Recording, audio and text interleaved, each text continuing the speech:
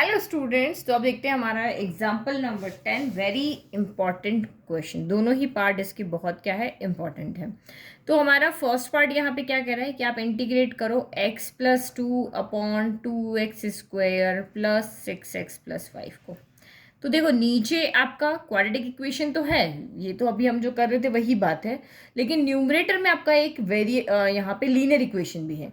तो जब भी आपको किसी क्वेश्चन के अंदर इस तरह का कॉम्बिनेशन मिल जाए कि डिनोमिनेटर में तो आपका यहाँ पे क्वाड्रेटिक इक्वेशन है, लेकिन ऊपर जो है उससे 1 डिग्री कम यानी कि लीनियर इक्वेशन है, तो इस तरह के क्वेश्चन को सॉल्व करने का एक डिफरेंट मैथड होता है।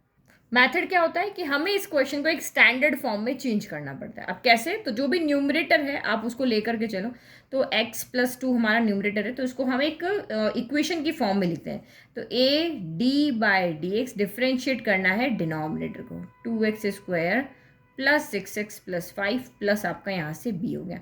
यानी अब न्यूमरेटर को हम किसी और फॉर्म में चेंज करें ताकि हमें जिस चीज़ों के फॉर्मूला पता है ये उस फॉर्म में चेंज हो जाए। तो हमने x+2 को क्या लिखा है, a/dx of denominator plus b। अब इसको सॉल्व करेंगे और यहाँ से जो भी सोल्यूशन आएगा उसको हम यहाँ रखेंगे, फिर आगे उसको हम इंटीग्रेट करेंगे। तो ये आपका a हो गया, d/dx करो, x² का डिफ्रेंशिएशन होता है 2x, एक 2 आगे से पहले से, तो 2 2 4 हो गया। 6x का ओनली 6, कांस्टेंट का हो गया 0, प्लस आपका यहाँ पर b हो गया। तो ये हमने यहाँ लिखा। अभी x+2 करो, तो ये इक्वेशन कैसे होगी, जब यहाँ से a और b की वैल्यू निकालनी है। तो a को अंदर लेके जाते हैं, 4ax +6a+b। ये इंटीग्रेशन को सॉल्व करने का तरीका है, इसके अलावा कोई मेथड यहाँ पे नहीं लगेगा। तो बस यही तरीका आपको याद रखना है, ये फॉर्मूला याद रखो। इस फॉर्मूले में आपको a और b की वैल्यू निकाल करके यहाँ पर रखनी है। तो हम a और b की वैल्यू निकालते हैं, तो इसके लिए आपको क्या करना पड़ता है, कंपैरिजन करना पड़ेगा। तो ये वेरिएबल है, वेरिएबल का वेरिएबल के साथ कंपैरिजन होगा, और जो कांस्टेंट है उसका कांस्टेंट के साथ में कंपैरिजन करके हम a b की वैल्यू निकाल के रखेंगे। तो कंपेयरिंग x, तो x का कोफिशिएंट कितना है यहाँ 1, और यहाँ x का कोफिशिएंट कितना है 4a है। तो आप कंपेयर करोगे तो 1/4 इक्वल टू आपका a हो जाएगा। ये हमारी किसकी वैल्यू आ गई, a की। अब इधर आप कंपेयर करो कांस्टेंट को, तो इधर आपका 2 है और इधर कांस्टेंट क्या है, 6a प्लस आपका b है, और a की वैल्यू हम निकाल चुके हैं, तो वो यहाँ पे रख दो। तो 6 × 1/4 प्लस आपका यहाँ पे हो गया b। तो हम इसको उधर ले जाते हैं, तो ये 2 हो गया, माइनस का 6/4 इक्वल टू आपका b हो गया। एलसीएम ले लो, 4 2 जा 8, 8 में से 6 गया 2/4, तो 2/4 आपका कितना हो जाएगा, 1/2। यानी b की वैल्यू कितनी आ गई है, 1/2। तो अब आप यहाँ पे रख दो, तो x+2 की जगह पे हम ये वाली वैल्यू रख सकते हैं। तो now x+2 equal to a की जगह 1/4, 4x + 6 + b कितना है, तो आपका 1/2 यहाँ पर हो गया। तो यानी इसकी जगह पे अब हम ये वाली वैल्यू रखते हैं। तो ये वाली वैल्यू रखने से क्या क्या होगा, देखो डिनोमिनेटर जो है हमने उसका डिफरेंशिएशन किया था कितना, 4x + 6 आया था, तो ये उस फॉर्मूले में चेंज जाएगी कि डिफरेंशिएशन ऊपर मिल रहा है हमें, इसका डिफरेंशिएशन ऊपर हमें मिल रहा है ना, तो ये एक सॉल्यूशन की फॉर्म में, एक सॉल्व मिले उस फॉर्म में हमारा चला गया। तो therefore integration of x+2 divided by 2x² +6x +5 dx equal to आपका यहाँ पे क्या हो गया, इंटीग्रेशन ऑफ, दो फॉर्म है ना, तो दोनों को एक बार चलो ऐसे ही लिखना कि आपको कन्फ्यूजन नहीं हो। 4x + 6 + 1/2 divided by 2x² +6x +5 हो गया, और ये हो गया dx। तो हम इसको थोड़ा सेपरेट कर लें, ये वाले के साथ में अलग लिख दें, ये वाले के साथ अलग लिख देते हैं। तो ये आपका हो गया 1/4 इंटीग्रेशन ऑफ 4x + 6, ये हो गया आपका 2x² +6x +5 dx हो गया, और ये आपका प्लस का 1/2 integration of 1/2x² +6x +5 dx हो गया। तो देखो ये जो तरीका है इसको हमने अभी थोड़ी देर पहले ही इंटीग्रेट करना सीखा है कि डिनोमिनेटर में क्वाड्रेटिक इक्वेशन होती है, तो हमें उसको या तो x² + a² की फॉर्म में चेंज करो, या x² - a² की फॉर्म में चेंज करो, जिसका फॉर्मूला हमें पता है।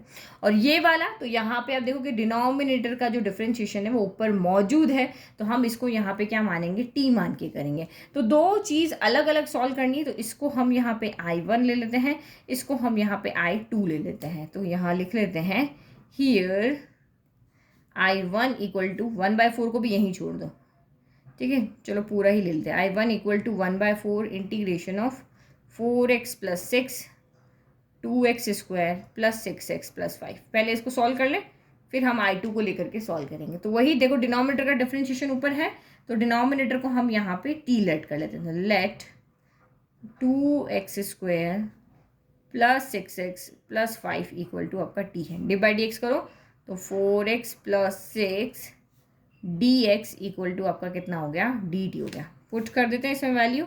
This implies I1 equal to 1/4 as it is integration 4x plus 6 dx। 4x plus 6 dx आपका कितना हो गया, dt हो गया।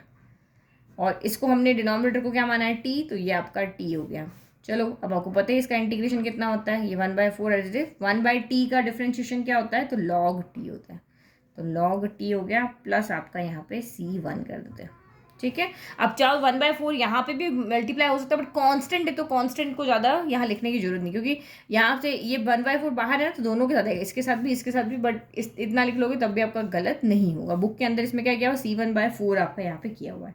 तो ये हमारा यहाँ पे आंसर आ गया। तो I1 आपका t की वैल्यू रख दो 1/4 log, हम c1 में ही उस कॉन्स्टेंट को मिला हुआ मान रहे हैं। तो t की वैल्यू कितनी है, 2x² plus 6x plus 5 plus आपका c1। तो ये हमारा यहाँ से सॉल्व करने पर कितना आ गया, I1 यहाँ से आ गया।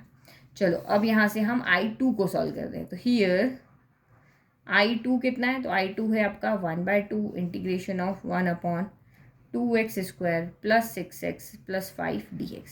तो पहले हमें यही आपको पहले ही कहा था कि इनको इन दोनों में से किसी एक फॉर्म में चेंज करना पड़ेगा। तो मैं यहाँ पे क्या करती हूँ कि only 2x² plus 6x plus 5 को ले लेते हैं। तो 2x² प्लस 6x प्लस 5 हो गया। तो सबसे पहली कंडीशन है कि x² का कोफिशिएंट 1 होना चाहिए, तो हम इसको 1 कर दें। 2 मैंने कॉमन ले लिया, तो x² प्लस 2 इसके भी डिवाइड में आएगा, इसके भी, तो 6/2 आपका कितना हो जाएगा, 3x हो जाएगा। भाई ये 2 सबके डिवाइड में आ जाएगा ना, इधर भी इधर भी इधर भी इधर भी, 2 से 2 कैंसिल हो गया, 6/2 3 हो गया, और ये प्लस का आपका कितना हो गया, 5/2 हो गया। अब आप इसको स्क्वायर की फॉर्म में चेंज करो, तो 2 ये x² हो गया प्लस 2ab चाहिए। अब हमें यहाँ पे क्या चाहिए, 2ab, तो 2 मैं अपनी मर्जी से लिख लेती हूँ, 2 है नहीं यहाँ पे ना, ये 2ab में x की फॉर्म भी वाले इसको चेंज करें, तो 2 है नहीं मैंने लिख दिया, तो हम डिवाइड भी कर देंगे। a कितना है, तो x ही है, और b कितना है, तो आपका 3 है। अब 2 हमने मल्टीप्लाई किया तो यहाँ डिवाइड भी करना पड़ेगा, तो ये आपका 3/2 हो गया। तो इसका मतलब अब हमारा 2 ये रहा, ये a रहा, और ये आपका कितना हो गया, b हो गया। ठीक है, मैंने अपने अकॉर्डिंग बना लिया। अब मुझे यहाँ b² चाहिए, तो b तो मेरा ये बन रहा है, तो प्लस का 3/2 का होल स्क्वायर कर दिया।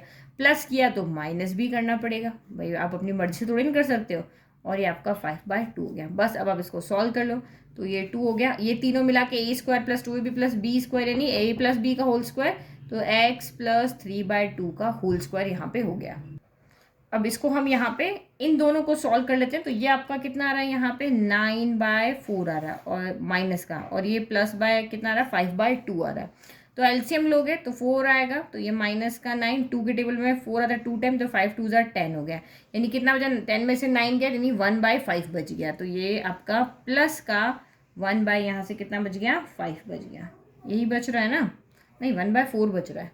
तो 1/4 है ना, नीचे 4 है, तो 1/4 को हम क्या लिख सकते हैं, 1/2 का होल स्क्वायर लिख सकते हैं, क्योंकि मुझे a² प्लस b² चाहिए। ठीक है, तो ये मेरा यहाँ पे हो गया। तो मैं इसकी जगह पे अब 2x² प्लस 6x प्लस 5 की जगह पे ये यहाँ पे मैं रख सकती हूँ।